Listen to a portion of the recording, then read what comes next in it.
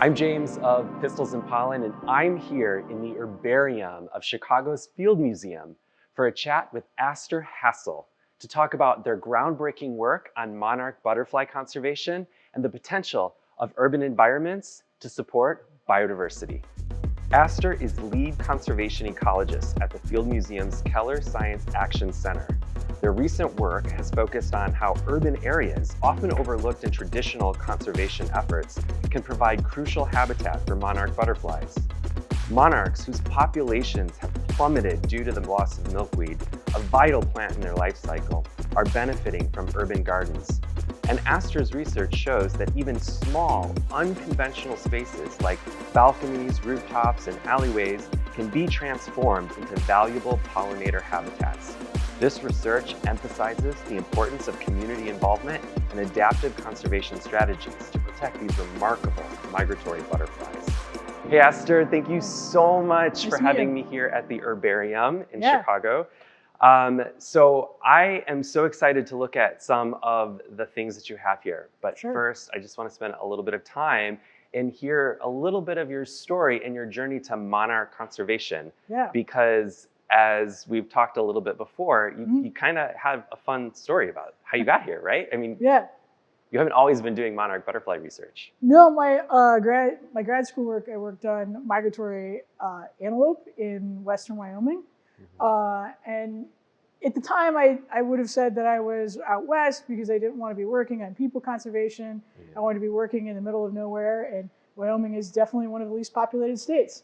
But really, through that, it was clear that even though there's more antelope in Wyoming than there are people, what was happening on the landscape with people was by far the most important thing impacting pronghorn antelope. And most of the things that I was doing related to monarch conservation, to pronghorn conservation at that point, involved talking to people, talking to ranchers, talking to people that lived in the small town closest to they didn't even have a stoplight, but everything that was happening in that town was incredibly important to what was happening for the pronghorn. And so at the time I was already doing urban conservation, but I didn't know. And so once I moved to Chicago, there were a lot more people in the Chicago region, but the story is really the same. The things that happen on all the land that is controlled by people are incredibly important for conservation. And the things that are important for people are incredibly important for what's happening in conservation. Because the reality is when you ask people, most people really care about what's happening in the natural world. Everyone likes spending time in nature. This idea that people are at odds with nature is not really one that I find borne out in actual reality. And we tend to hear about the handful of stories where there's direct conflict between the needs of people and the needs of nature. And in reality, they're actually much the same. And well, in a city like Chicago, I think we sometimes forget that nature is actually all around us, right? Like we're in such an artificial environment. We've got concrete, cement everywhere. We've got high rises, all of that. But if you get into our neighborhoods and you get into our parks, there is city there. There is wildlife. But I think sometimes we're so busy in our everyday lives that we don't even know that it's there. We don't know that monarchs are passing through. We don't know that we have milkweed in our urban environment, right? But your research is sort of, if we could talk a little bit about your current research, I mean, correct me if I'm wrong, but one of the things that I think is so life-giving about it is that it reveals that nature is pretty embedded in urban spaces, including like Chicago. I mean, we might have room to grow that, right? But is that what your research found? Yeah, I think it was maybe something that surprised me that shouldn't have, because I've been doing this for a long time. But I think that story that you have to leave the city to go and experience nature is one that's really ingrained in us. And I don't know where I first learned that story, but it's one I have to continually try to unlearn. I sometimes think it's one that was taught to us by like the outdoor clothing industry, that in order to go experience nature, I need to buy $3,000 worth of equipment and drive for 4 hours. Because of course this museum is located right on the lakefront. If spending time on the Chicago lakefront is not spending time in nature, I don't know what is. If sitting in your yard and interacting with this tiny little butterfly that weighs less than a dime that can fly all the way to central Mexico isn't interacting with nature, I don't know what is. And so I think sometimes we don't give ourselves credit or for the nature that we can experience every day. And I find myself going, oh, you know, I haven't done a big hike. I haven't had my nature, when in reality, I should just stop and go like, you know, wow, it's fall and leaves are changing, or it's spring and trees are flowering. Like, there is a lot of nature happening in cities that we can enjoy and use to restore ourselves, and that is providing really concrete ecological benefits. And that was one of the things that we wanted to establish with the paper, is be able to show what people's gardens are actually doing, because that's important for establishing it both in the literature and both for showing and helping us do better conservation for monarchs. And what have you found people's gardens are actually doing? Yeah. So we know that when people, the guidance we've always given people is you need to plant milkweed for monarch butterflies, because milkweed plants in the Asclepias genus are the host plant for monarch butterflies. A lot of insects have this host plant relationship. Sometimes it's with a specific genus or a group of plants. It's different for different types of insects. In the case of monarchs, monarch adults will only lay eggs on milkweed, and monarch caterpillars will only eat milkweed. So people needed to plant milkweed to provide habitat for monarch butterflies. And then being able to understand what that milkweed was doing. And the paper specifically looked at eggs. And so we have here examples of lots of different kinds of milkweed. And we can talk more about why they don't look like living in color plants. But being able to take that data that people, this was individuals provided this data. Individuals went out into their yards and counted eggs and additionally caterpillars, which could be future data for a paper, but counting those eggs and sending us those data. Because of course, it was just two of us, for the most part, doing the work. We couldn't have gone out into people's yards and counted the amount of data that we received. So that's another important part of it, is we needed individuals to help us with this. And that's something that I've actually always appreciated about monarch conservation as a discipline, is science provided by, sometimes we call it community science, other people call it participatory science, is really foundational to what we know about monarchs, because they do cover such a large geographic area. Right. This isn't something, an experiment you can control in a laboratory. The laboratory is the North American continent, right? Well, and that's another important thing about the paper, is this wasn't a experiment that was designed by we didn't go out and plant these plants and study them. Those are really important too, and we need that kind of work. But this was real world gardens. So this represents what people can actually plant, what people are willing to plant and have in their gardens, because you shouldn't plant a yard full of monoculture milkweed. That's actually not the ideal situation for monarchs, but that's not the ideal front yard either. Most people don't want their yard to just be one plant.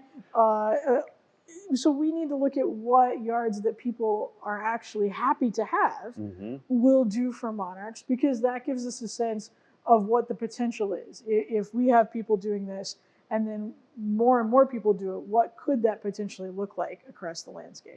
Okay, so Aster, you have collected for me quite a few different specimens, right? Can you show me what you've got here? Because I'm noticing that there's each of these milk plant specimens are not the same species, right? So you've got a few species, right? So I think a thing that we get asked a lot is, why is a natural history museum doing this? Like, people often think of us as the Dinosaur and Mummy Museum, which is very fair. We have very fine dinosaurs and very fine mummies, I think. Not my area. I know we have very fine dinosaurs. I know less about mummies. I've been going to the Egyptian exhibit since I was a kid. There we go. Seen the dinosaurs since I was a kid. So I've seen all of those exhibits. But I have to say, it wasn't until college that I actually knew there was even an herbarium collection here. And that's when I first came to learn about it. Yeah. So I'm even more thrilled that you've pulled some things from that collection. Yeah, so part of the rest of what we have here at the museum are these really deep collections. And one of the things they tell is a story about time. And today we have a significant decline in the monarch butterfly population. One and the most significant driver of that decline is the loss of that host plant, milkweed. And one of the things that we can see from some of these herbarium sheets, this was collected in 1896, and some of them have a location. So this is 1939 in Niles Center. And there's definitely still, this is butterfly milkweed or Asclepias tuberosa. There's definitely still some Asclepias tuberosa in Niles Center. It's not to say that there's none there, but knowing what was on the landscape in these places, sometimes they'll have even more specific directions. And you can go like, okay, that's now, highly developed place. So you can see through time what was what was the plant, what were the diversity of plants in a place. And so we could look, if we were so inclined, we could look back at like when this person did collecting and like what else did they collect throughout Niles Center at that time and see maybe what were the plants around that area. And that really tells us a lot of time. We know that this area has become more developed throughout time, but this gives us another piece of that story about what the landscape looked like before that development. And sometimes at a really fine scale. It's less when we're planting a garden in somebody's yard, but when we're doing a habitat restoration, these herbarium can be really helpful. Yeah. They can also be really helpful when we're identifying more rare things.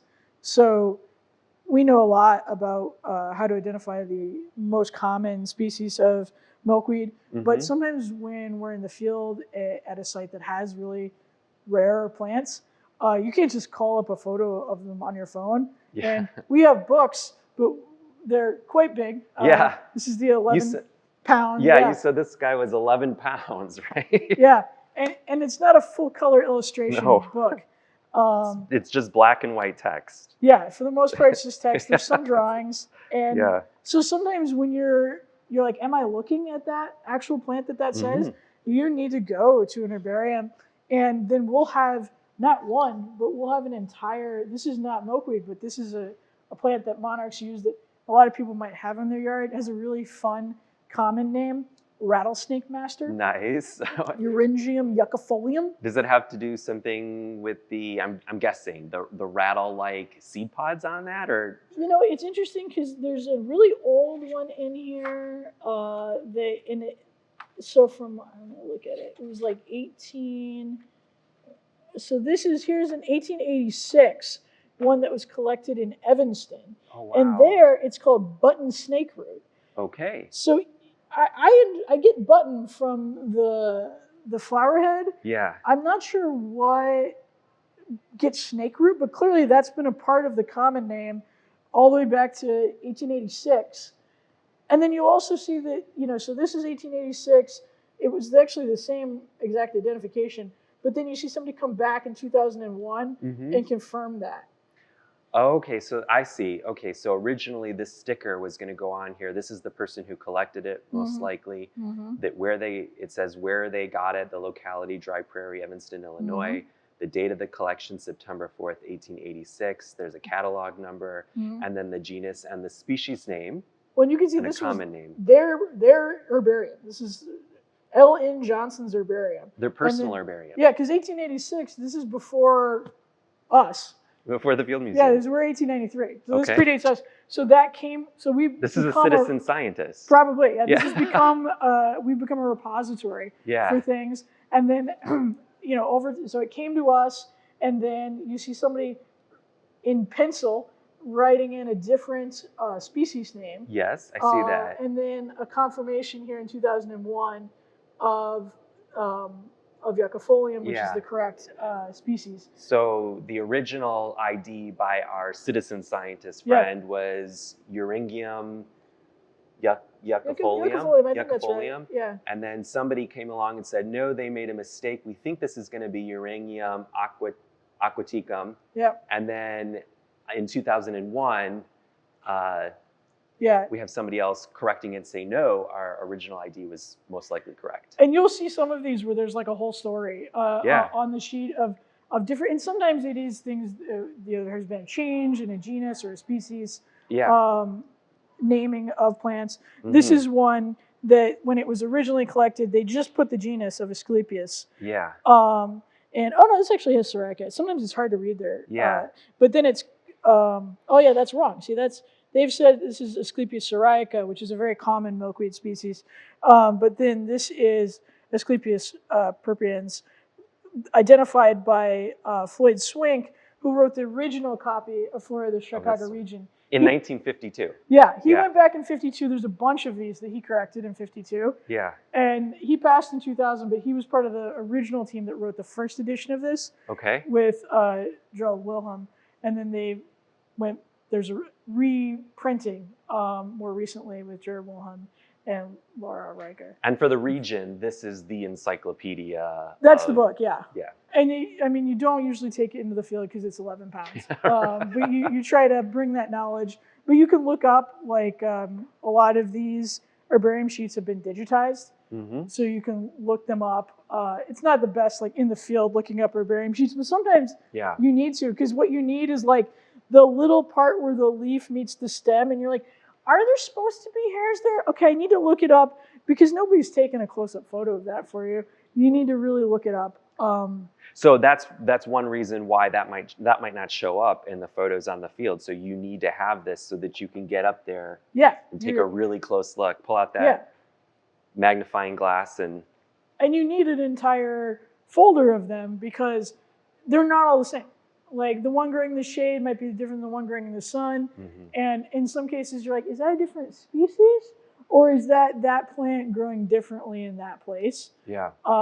And so the herbarium become incredibly valuable, both for us in like identifying things, for understanding that story across time, but also for connecting us to like 1886. There's dry prairie in Evanston. Mm-hmm. It doesn't come to me as a great surprise. I'm not sure if I could point to dry prairie in Evanston today. If there is, there's not. I don't know of any. But you're probably not going to be able to go back to some of these sites and find and collect a new sample again. That's one of the unfortunate things, and makes the value of this collection all the more important because it's a historical record at this point, right? I mean, you can't go and compare that. Some of this habitat is just completely lost. Yeah, we have less than 0.1% of prairie left in the prairie state. Yeah, that's unfortunate. Yeah. Well, but even more important than perhaps what citizen scientists and community gardeners are doing and repopulating their gardens with species like these that once were so all over the prairie state, right? Yeah. I mean, that is why, back to that idea that you have to leave the city to experience nature. In general, if you took a random square of city and compared it to a random square of not city, there's more flowers in that random square of city. And you could get unlucky and hit the center of a street or something. But a lot of what is not city across the United States is in monoculture agriculture. And we need agriculture, but we also need flowers to sustain pollinators, like full stop. Mm-hmm. And so the largest irrigated crop in the United States is turf grass. We feed it, we mow it, we water it, and we don't eat it, and it doesn't make flowers. It doesn't do a whole lot for us. And so having flowering plants, milkweed, but others as well, to my mind, gives us that nature experience in the city, but also is providing really concrete economic, ecological benefits.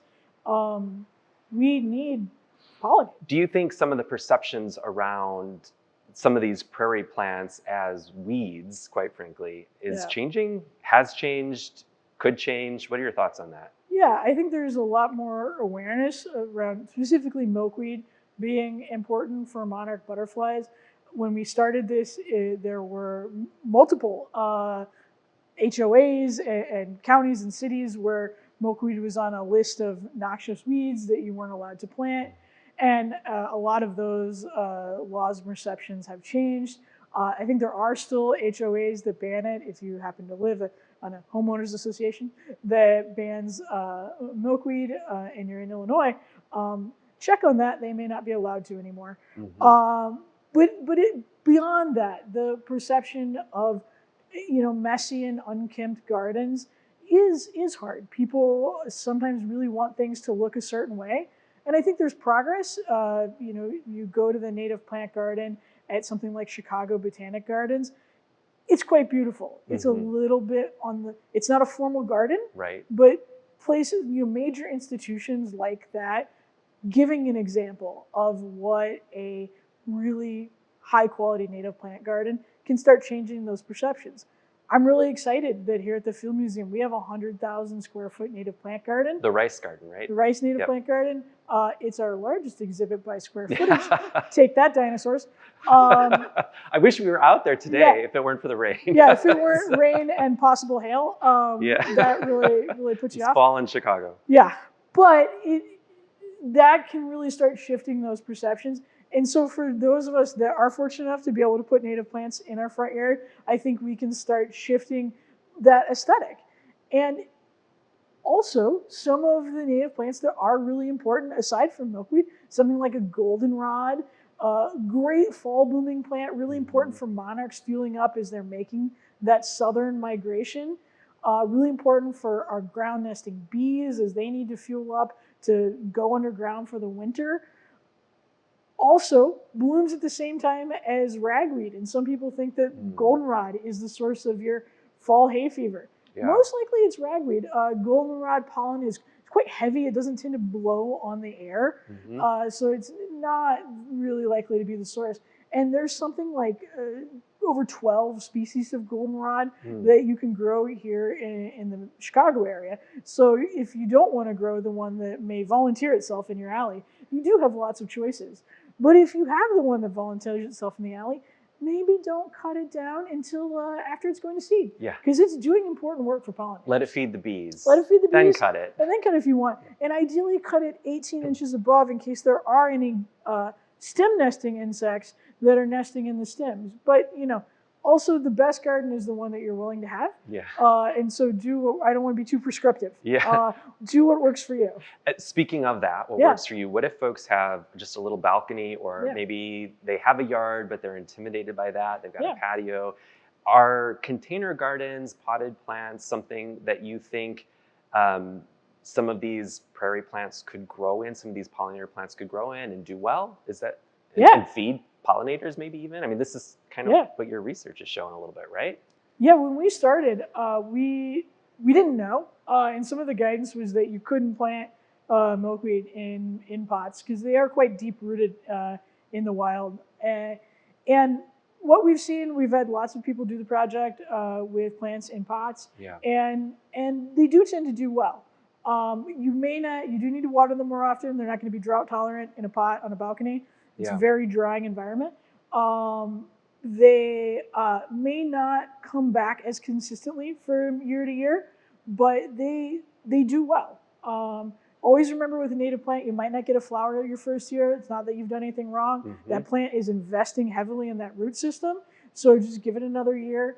If they tend to need a lot of sun. These are prairie plants. So if you have a heavily shaded north-facing balcony, that might be an uphill battle. But if you've got sun, you can grow them on your balcony. If you could move them into a more sheltered place for the winter so they're not getting too much of that freeze-thaw cycle, that's what really hurts their ability to come back. But we've had a lot of people have success with that. We've had a lot of success with rooftop gardens. One year when there was a really rough monarch numbers, we had some folks that had a rooftop garden, and because they had irrigation, They were getting way more eggs than everyone else because it was like the best watered milkweed. Because they had like a drip irrigation system, and all the rest of us, our milkweed was like, yeah. So that can be really positive. Yeah. The other bit of encouragement I would give people is that aphids tend to love milkweed, and if you're somebody who's like, oh no, my milkweed has aphids, it's generally fine unless it's a horribly droughty year. Your milkweed's generally gonna be fine with aphids. They don't hurt the monarch caterpillars, and so unless you need to shake them off because they're just really grossing you out, aphids are generally fine with milkweed. Yeah, they've co-evolved together. They just and a lot of times if you get milkweed, it just comes with aphids, and we just let that be. Is there an aspect of your research, your work with the community, with plants that what inspires you? Just what gives you hope in the face of sort of the ongoing environmental decline that we seem to be faced with every single day? Does something? I mean, or does it not? I mean, you have to. I mean, you don't have to be hopeful. I think you otherwise you couldn't keep doing this if you weren't things that made you feel hopeful. If you spend all of your time looking over the chasm of worldwide insect decline and global climate change and just like looking at the entire chasm, you'd be paralyzed. And that's why I think gardening specifically is so restorative, because you plant something and it grows. I think monarchs in particular are particularly helpful in that, because you can grow monarch eggs and caterpillars that turn into butterflies that make this migration, and that feels really restorative because it is. Like, it is a concrete thing that you are doing that is helping, because no individual can fix the entire thing, but you as an individual can do a thing. And it's one of the things I really appreciate about monarch conservation is there are like individual actions that are concretely helpful, and we need the whole thing. Like, no, we could do everything. We could plant all 1.3 billion stems of milkweed that are projected to be needed to stabilize the monarch and butterfly population here in the Midwest. We could do all of that. But if we didn't have partners in central Mexico working just as hard or harder to preserve the overwintering grounds, it would be meaningless. If we didn't have partners in southern Canada preserving that monarchs do go north of us, then it wouldn't mean nearly as much. If we didn't have partners in Texas and southern states for that first jump north of the migration. So it really, it connects us across. And I love that about migratory species, is they embody the collective need that we all have to address biodiversity loss and climate change, but also you as an individual are doing things. And I think that's the kind of thing that I have to be doing to keep doing this. You couldn't have said that in a more inspiring way. That makes me feel inspired and empowered. And I'm just wondering if you've inspired somebody else at home watching this. Is there any advice or suggestions that you might offer them about, next steps? What's the very next thing that they can do after they finish watching this? Yeah, I think if you feel called and excited to plant a garden, especially if it's your first time, go for it. Also remember they're just plants, and so your first one may not be successful. If you can connect with somebody else, having somebody who has experience with gardening giving you advice is incredibly helpful. Sometimes if you see somebody who's been doing it for 5 years, and you're like, how am I going to get there? The first step to having a 5-year-old garden is to having a 1-day-old garden. And native plant gardens are ugly ducklings at the beginning often. The plants are investing heavily in that root system. They sometimes don't bloom the first year. Sometimes you're not going to get the exact right plant in the exact right place, so it's not going to make it. It can be the first couple of years can be an evolving process. If you don't have the space, you're not at the stage of life. For a lot of time, I had a north-facing, heavily shaded balcony, and I was talking about monarch conservations, and I wasn't growing a single plant. So there are opportunities to volunteer in parks and forest preserves and state parks, because they need help. They do not have enough people, enough money. They are constantly resource strapped. If being outside and doing that kind of work, that is incredibly important, because what we do in our yards is important, But to get 1.3 billion stems of milkweed on the landscape, we need every available square inch to do that. In every hand. In every hand. So they need help. And if advocacy is more for you, there are definitely bills at state and federal level that need support and that could be growing as we look toward the possibility of monarchs being listed as an endangered species, because that population is in trouble. Yeah, yeah. Well, thank you so much, Aster, for your time. Very much appreciate it. And thanks for sharing the herbarium collection with me. Thanks for visiting. All right.